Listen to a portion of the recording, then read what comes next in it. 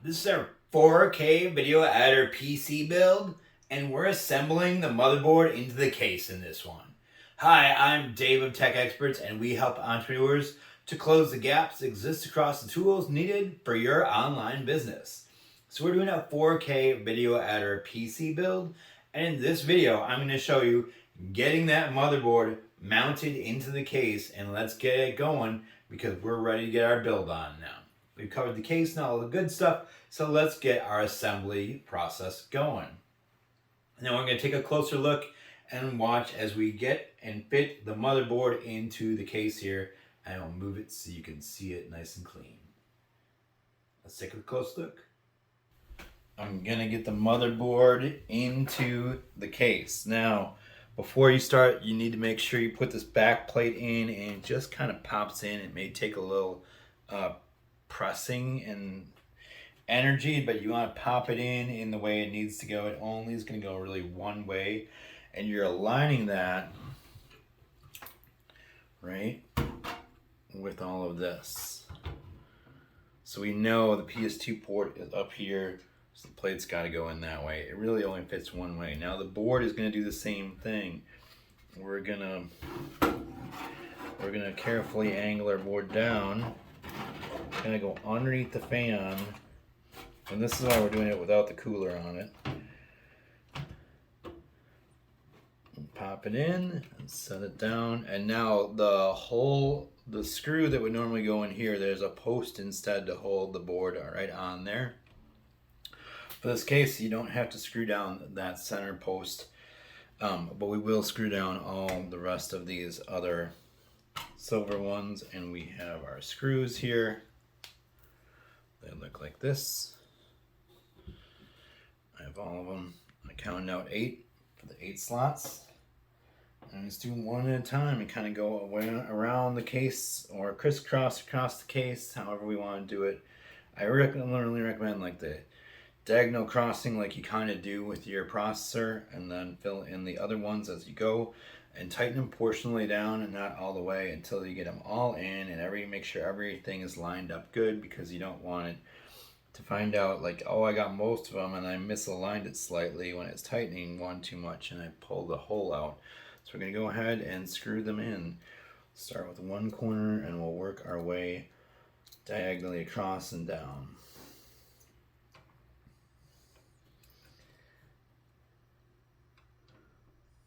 So they're small and they're a little bit of a pain to get going, but once you get them in there, they're not bad. Like I said, this case has a nice setup.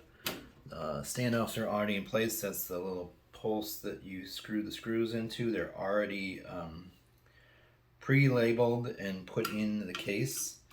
And this case is nice because on the bottom it told you there's a little label over here, and it tells you if it's a mini ATX, a full-size ATX, or a different one, which each one has a lettering combination assigned to it, and then they'll tell you on the posts or the holes next to the post which thing you need to fill for what style of board, because they are pretty standardized. And that just does not want to go in there well. And this is why I hate these sometimes.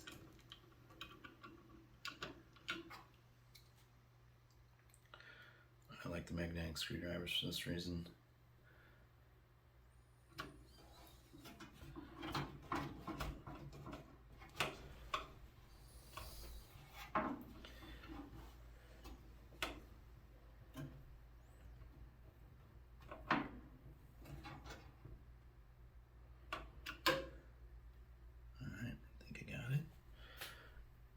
So I'm going to go in a cross pattern, kind of get the 4 corners done, and then I'll fill in the inner whatever you call that plus sign pattern to it.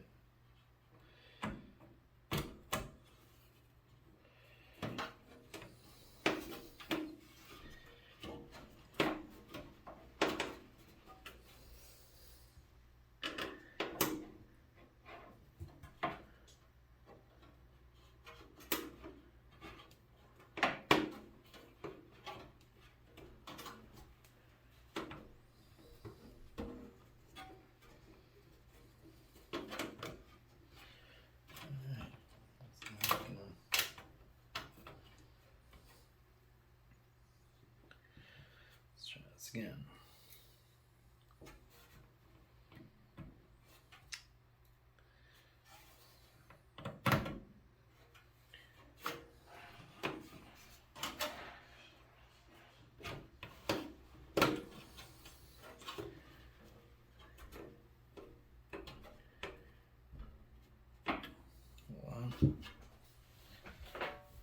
Alright, so I'm using just a smaller Phillips head screwdriver. The handle's a little bit shorter, and for these things sometimes it can be nicer, sometimes it's worse, but sometimes when you just really need to get that little extra ability to hold it in place, the shorter one with the little fat head works a little better for me. So I have a variety of screwdrivers depending upon what I need. They have the magnetic tips on them. I like them. I got them at Lowe's actually back in the day. Hopefully they still make these.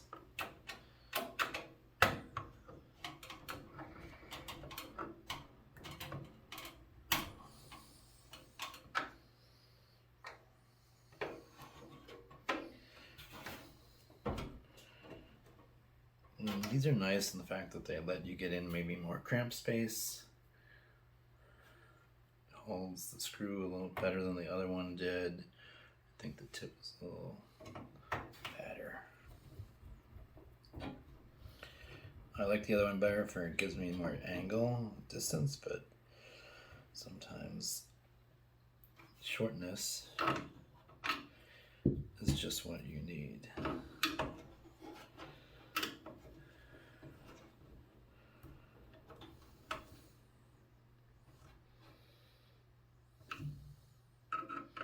You don't need to over tighten them, just get them so that they're in all the way. If they're not turning, they're good. So that's it. The motherboard's mounted now. We can start hooking up cabling and power and all those fun things and get that rolling. So the next thing I'll do is I'll connect some of the cables we have already existing in my case, and I'll show you how to do that right now. Now this one is going to be the USB ports for the front. It's going to go right in here. Hopefully you can see that okay. This is a case fan, and on the board it says case fan number 3. So I'll put that on here.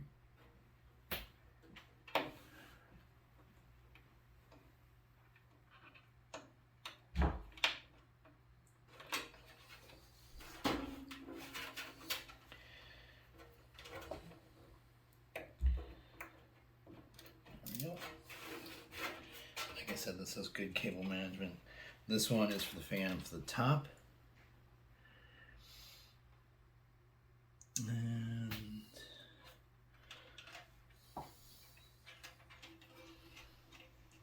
I'll put that one right in here. So this is the back my case is looking like. I'm going to just use these channel guides to help keep my case fans in place. Now this one is the audio for the front. I know that's going through the bottom here and then back up. This one is my front header. Now I'll go in the first slot on the bottom there. And this one we're not going to use. Gotta figure out how I'm going to make that one work. But we'll do that a little bit later. Right now, this works for me.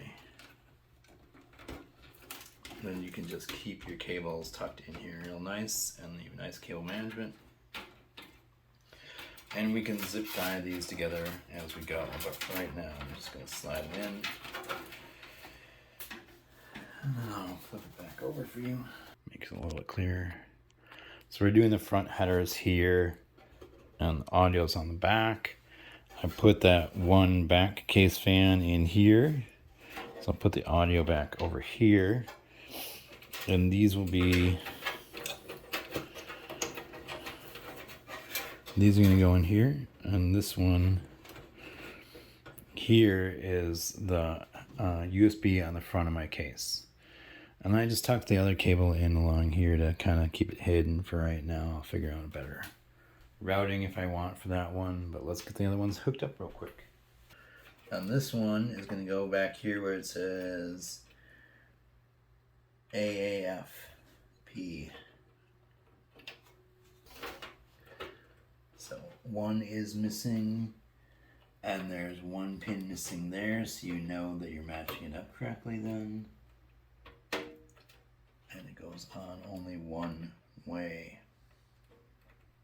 That's my front audio, and that'll give me my headset and my microphone on the front.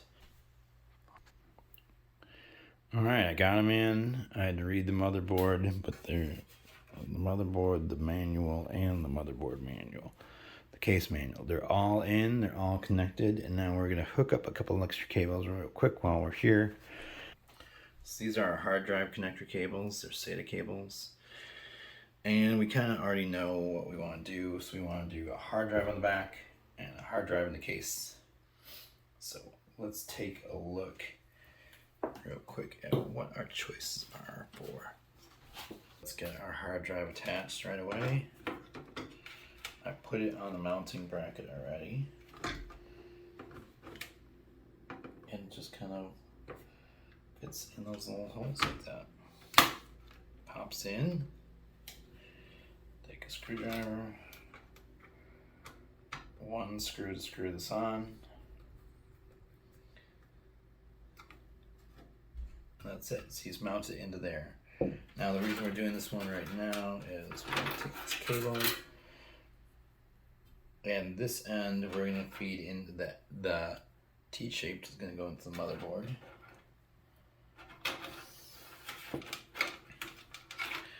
And the other end is going to go on my drive.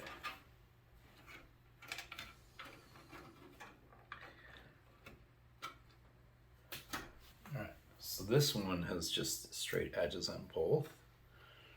So we're going to plug the one connection into my hard drive here.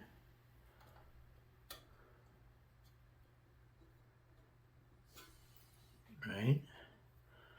And then the other half we're going to feed through here and into here. We'll flip it back over. So this one is going to feed right into the front here. And we're going to pick this first one here.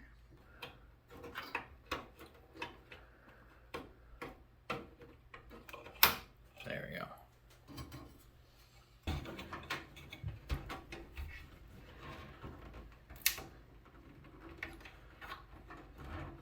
Just kind of feed it back up, under, and pop it in. Alright, so all of our hard drives are currently hooked up now.